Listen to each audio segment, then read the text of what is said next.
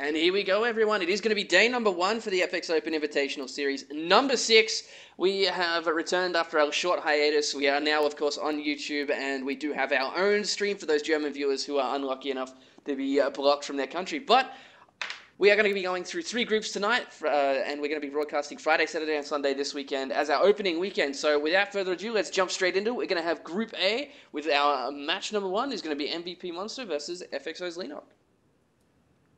Yeah, we got a Zerg vs. Zerg. We're on Cloud Kingdom.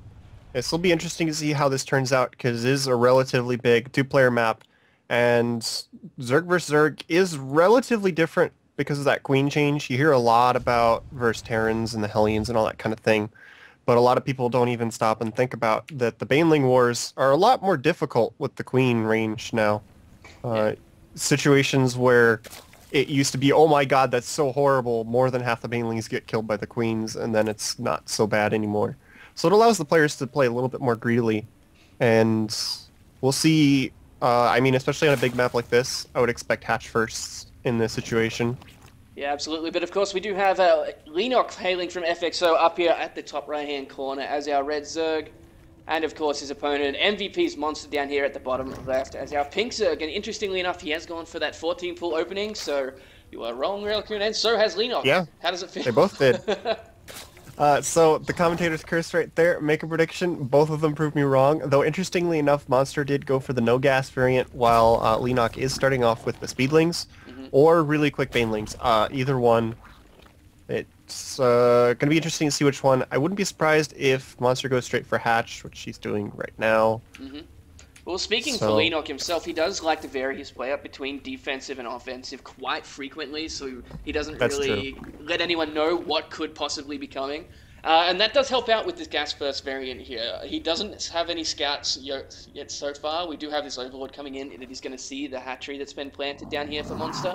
And of course, Leenock hasn't actually gone for that yet because he got the gas first. Now, with the Queen change very recently, it's changed a little bit in ZVZ. You can play a little bit more defensive against Banelings with that extra range. But usually, if this happens, we'll see Monster go straight for that Baneling nest and play with that without speed. So we do of course see Ling speed on the way now for Leenock. He hasn't gone for that expansion just yet. He is hiding his Zerglings up in the top right hand corner of his base though. There's the hatchery just now. This is dangerous for Monster. Like if you look at it, he's not going immediately for the Baneling nest.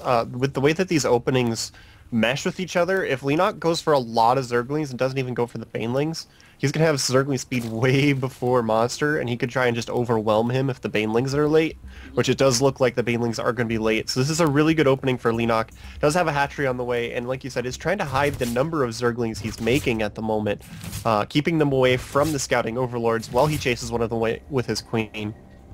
Yeah, well, the 2 Lings here for Monster, they want to try and get up into the main base to see what kind of tech is coming through, and see these extra Lings to just sitting, hiding here for a little bit. So, it looks like he is going to get in to see that. Is Leenock going to bring these Lings down? He is going to give them away and chase that away. But I'm not sure if that was a mistake or that was purely intentional, because I did see him select those Zerglings.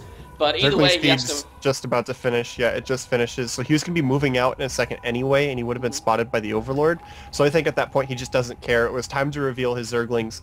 There is no sign of a Baneling nest right now. Monster pretty much giving up his hatchery by blocking his ramp with 2 queens. There's no real way he can defend this. The queens can pick any of them that come too close to the ramp with their range, but he's doing a really good job of surrounding on the back of the hatchery, and there's no way he's defending this. No, it's not. He also has that spine crawler at the top of the ramp as well, in case Leenock tries to push through here. But that's even some black-packed Monster at the loss of that hatchery, so Leenock's going to be feeling very confident now. Going back to his base, he can sit back. We do see the Baneling nest on the way for Monster here at the back of his main. Ling speed finishing up as well, and Leenock also going for a Baneling nest. But looking here at the resources lost tab, it's really only that hatchery. And Leenock again, just at a little bit in front of the ramp. But he has noticed the Ling count here for Monster. It has actually surpassed his by 2 Lings.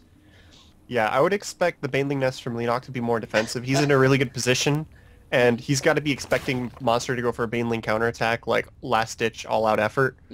So he's going for his own Baneling nest just to play defensive, what I would assume.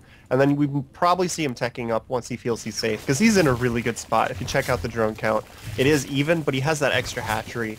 So when he does feel comfortable in droning up, he's going to be able to do it very quickly. Yeah, he also has that. He did have both queens on the ramp just in case there was a run by coming through. But now with the spine crawler, both of them have pretty much identical positions with that.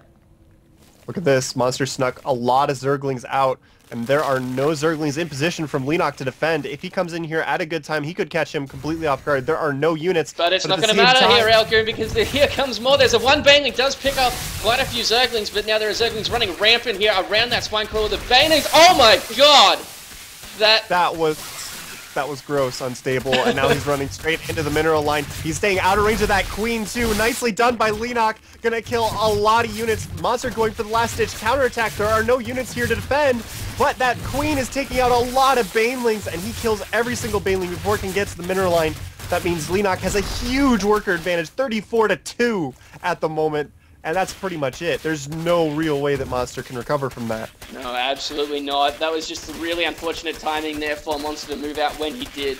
Both of them trying for the exact same kind of style, but there are still Zerglings in the main here for Leenock, so there's just so many drones though now. Leenock's just using his drones to fight it off. He knows it's over. 13 supply to 39. It's all in Zerglings though, I think. Oh, another nice couple of Baneling hits down here at the natural.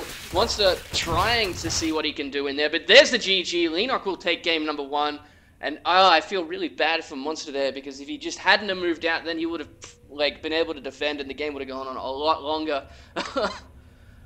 Yeah, but he felt like he needed to counterattack. He was really far behind, so it was a good game nonetheless, and I can see why he would make that decision.